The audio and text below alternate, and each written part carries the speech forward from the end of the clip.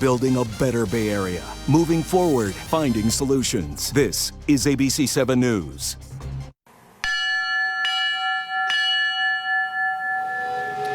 And my beloved and elegant father, Gerald Michael Alcott.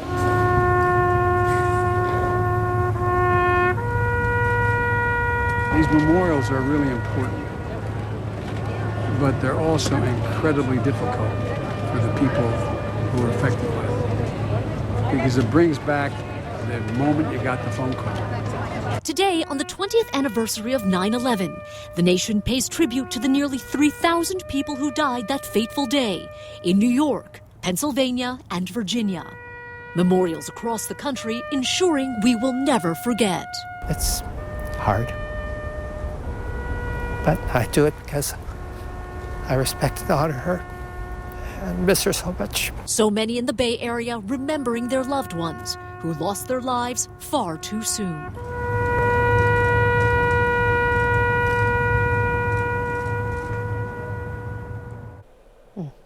And with that, we say good evening. Thank you for joining us. I'm Dion Lim. You are watching ABC 7 News at 11, live here on ABC 7 and wherever you stream. Memorials were held not only nationwide, but across the Bay Area today. ABC 7 News reporter Cornell Bernard has the moving tributes to some local heroes.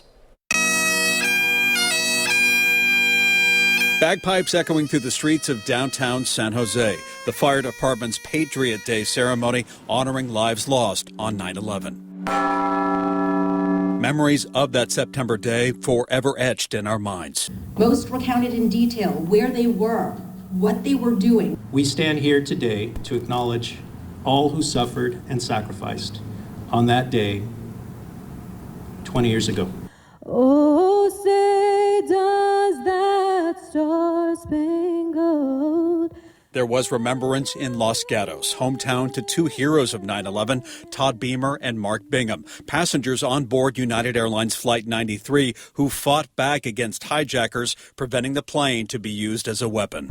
They broke wine bottles to use them as charred glass. They got the fire extinguisher on board. They got the beverage cart to do what they can to careen through that cockpit door.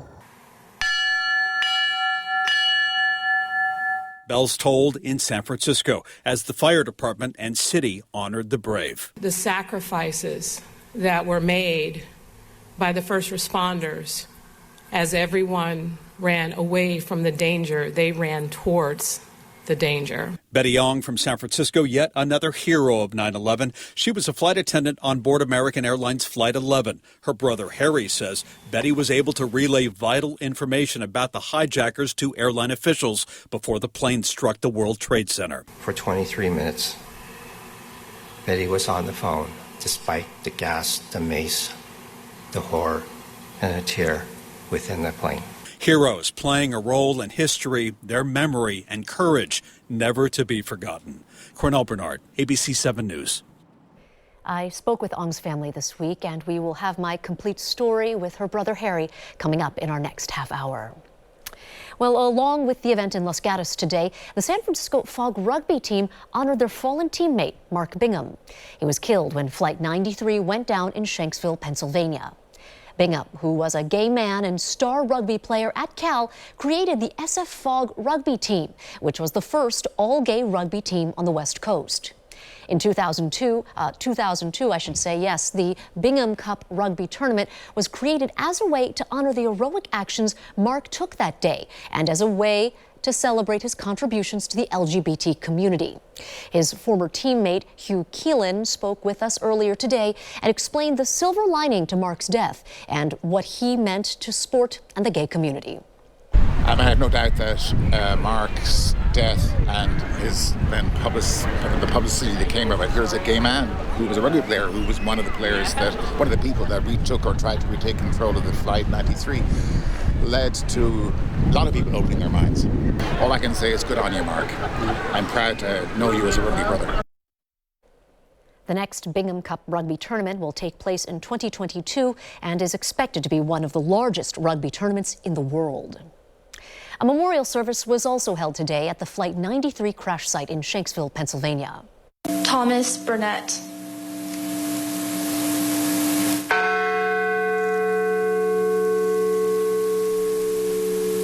A total of 44 people, including the hijackers, were on this flight from Newark to San Francisco. Those close to the victims have been sharing their stories, including Dina Burnett Bailey, who lived in San Ramon at the time. She has since moved to Arkansas.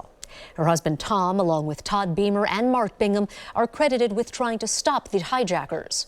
Tom called Dina as the chaos was unfolding.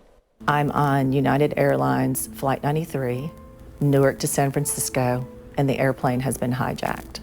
He said that the hijackers were trying to get into the cockpit and they had already knifed a guy. And he told me to call the authorities and he hung up. Who do I call for a hijacking? I don't know what I was looking for. I was panicking. I finally just stopped what I was doing and called 911. It is believed the plane's target, had the flight not been foiled by passengers, was the U.S. Capitol building. Meantime, Vice President Kamala Harris was among those who visited the Flight 93 memorial today. She walked past the wall of names that lists all of the victims on board the plane that went down after passengers fought back against the attackers. Several of the people had Bay Area connections, including Lauren Grant-Colas, who lived with her husband in San Rafael at the time. If you look closely, you may see her name on that wall. One of the last names the vice president stopped at was Todd Beamer. Some other Bay Area heroes are among those who went to New York after the attacks. One local first responder who worked at Ground Zero says he is still suffering from health impacts. Now in San Jose, he shared his story with ABC 7 News reporter Tim Johns. For Harold Schapelhauman, it's been 20 years, but the memories are still vivid.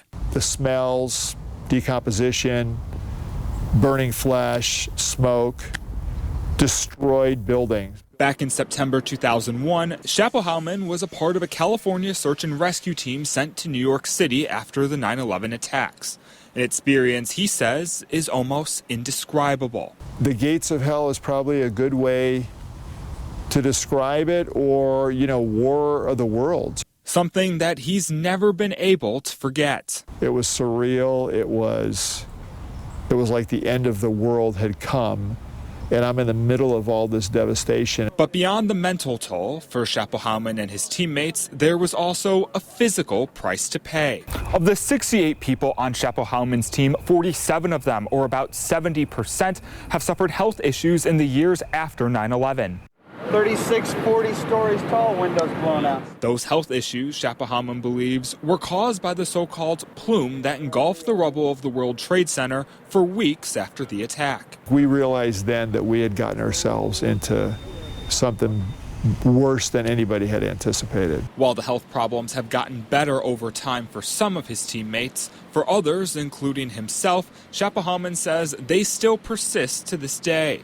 We had people who had the cough. We had people that had skin sores. We had a number of other issues that came up right away or over time that we went, something's up, something's wrong. But despite the toll it took both mentally and physically, Schapelhauman says he wouldn't hesitate to do it again, not just for those he helped in the weeks after the disaster, but also for everyone else. Freedom isn't free.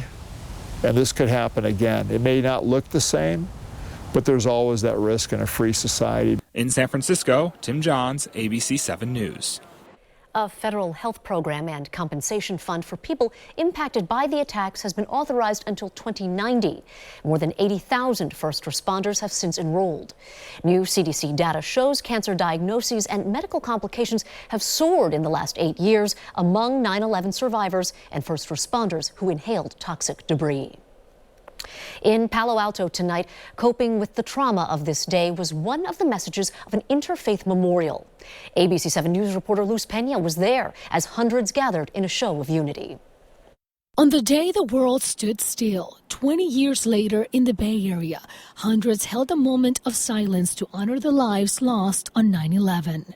For the victims, first responders, and the families who are striving to build peace globally. A moment to reflect and to heal as a nation. To heal those who are survivors and also to heal our own traumas from that memory, as well as the continued trauma that continues to ensue and ensnare us from war.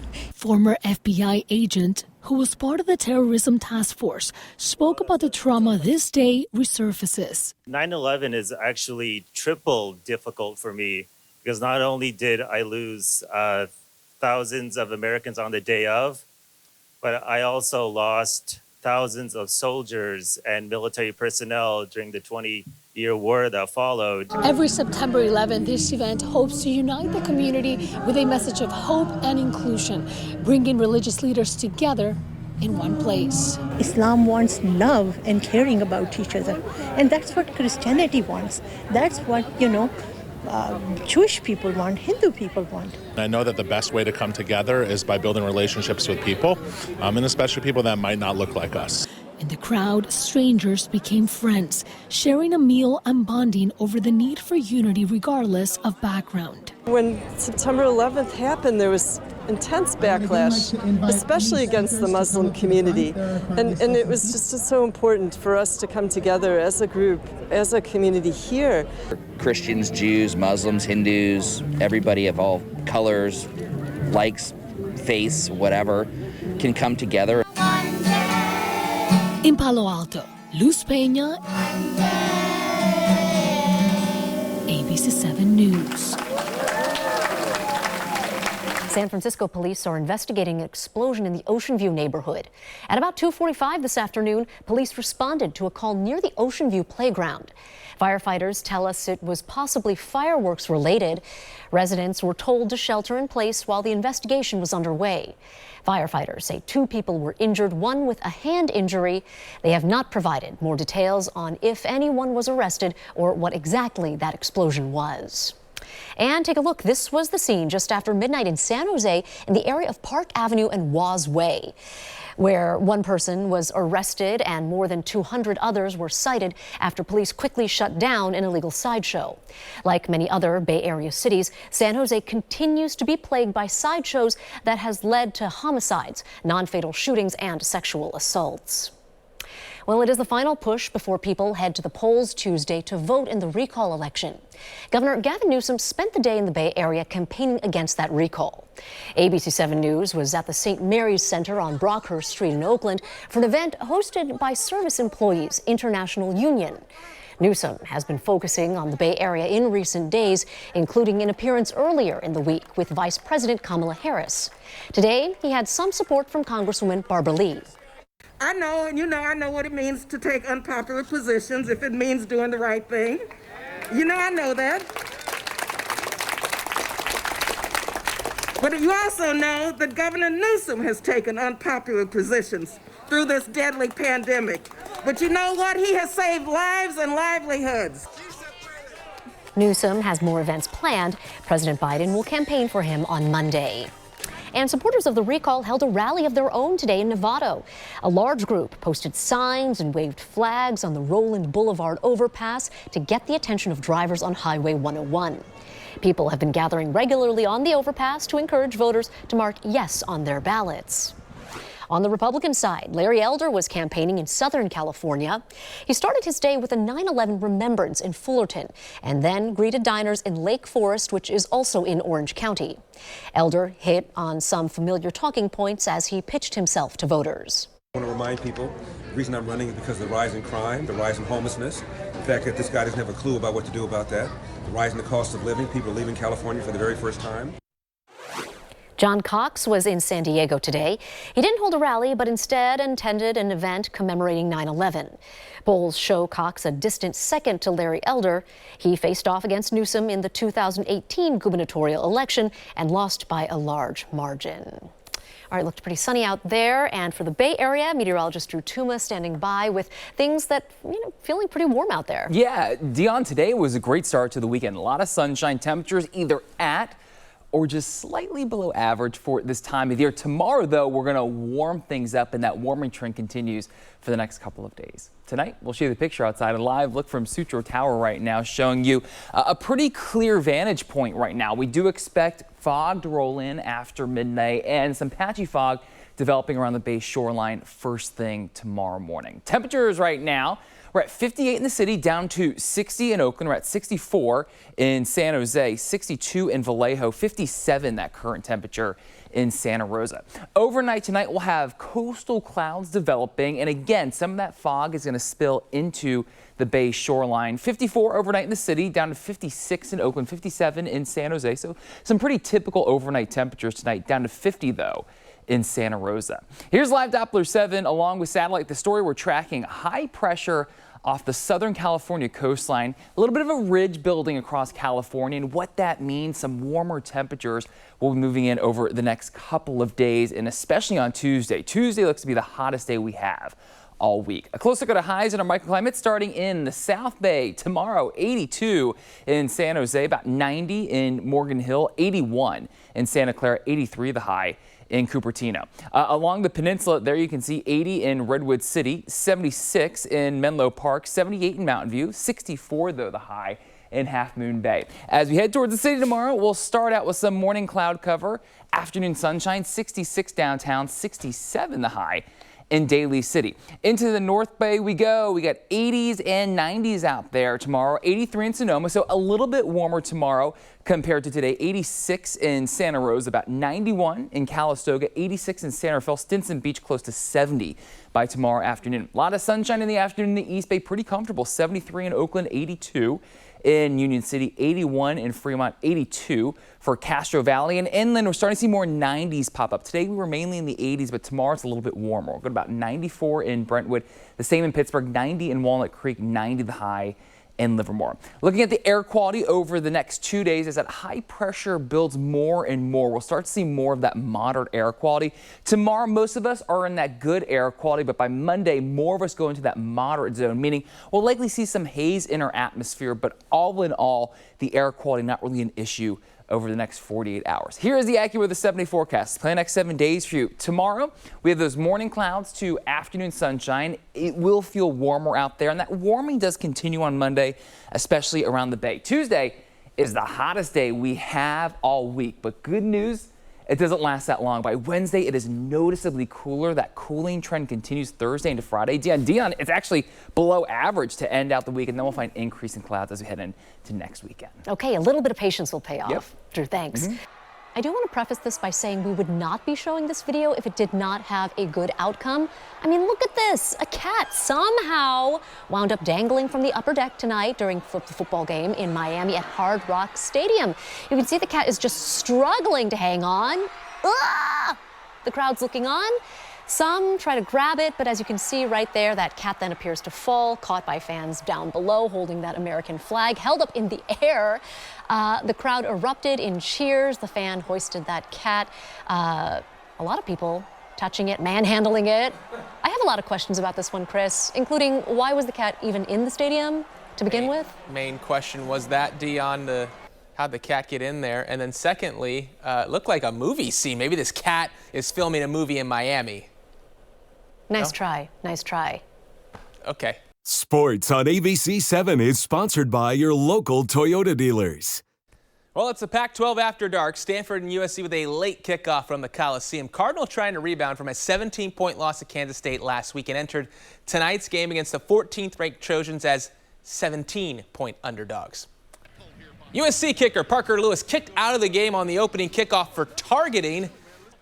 Don't see that ever or very often. Stanford striking first. Nathaniel Pete takes it off left tackle, 87 yards, and there he goes to the house. 7-0 Stanford on top in the first quarter. Second quarter, it's a 7-all ball game. Stanford gonna make the field goal here, but a USC player lines up in the neutral zone. So David Shaw and Stanford decide to go for it on fourth down here. Tanner McKee to Elijah Higgins for the touchdown. McKee, 234 yards, 2 scores. Stanford led 21-10 at the break. Third quarter, it's an 8-point game. Keaton Slovis picked off by Caillou Blue Kelly. 31-yard pick six, Stanford's first pick six since 2017, and they win. Stanford does, 42-28. They'll play at Vanderbilt next Saturday. Cal at TCU, head coach Justin Wilcox and the Golden Bears looking for their first win. Daniel Scott, it's a pick 6, but the Bears missed an extra point and a 2-point conversion early, and that would be costly. Cal led by 5 at the break. Horned Frogs take the lead in the third. Max Duggan to Quentin Johnson.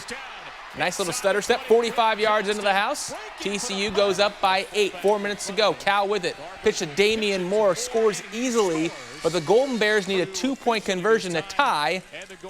Good fans right there. Give it to Moore, stretches the ball out across the goal line, but on the replay you'll see the elbow hits just before across the plane. No good. TCU wins 34-32. Cal begins the year 0-2. Baseball now. Bring your glove to the ballpark. Hey, you get a baseball. Nice catch by the fan in Chicago. Giants and Cubs. Brandon Belt, well, he wants to hit it to the fans as well. Golfs one out to a 3-run shot to center. Caps a 5-run second inning for San Francisco. 23rd homer of the year for him. Most homers from a Giant since Hunter Pence hit 27 in 2013. And Kevin Gausman on the mound, the starting pitcher, was great. 6 innings, 3 earned, and 9 strikeouts, 0 walks. Career high, 201 strikeouts this season for Gausman. Clips the 200 mark for him, first time he's done that. Tommy LaStella, 3-run blast to right field, that is. Career high 5 RBI. Giants win 15-4, maintaining a 2.5-game lead over the Dodgers in the NL West. Flags at half-staff, the Oakland Coliseum, remembrance of 9/11 today. Bottom 3, Matt Olson, 500th career hit is a home run. 33rd of the season, 3-0 Oakland. But top 8, A's up 6-4, and the bullpen gives it away. Sergio Romo already allowed 2 runs when. Yohel Pozo, RBI double to left center. Texas win in a run, and Bob Melvin has seen enough. Andrew Chafin comes in relief of Romo and then gives up a go-ahead 2-run homer. Rangers go on 8-6 winners. Oakland now 2 games back of the second wild card spot. ABC 7 Sports, sponsored by your local Toyota dealers. Dion, send it back to you. All right, Chris, thanks.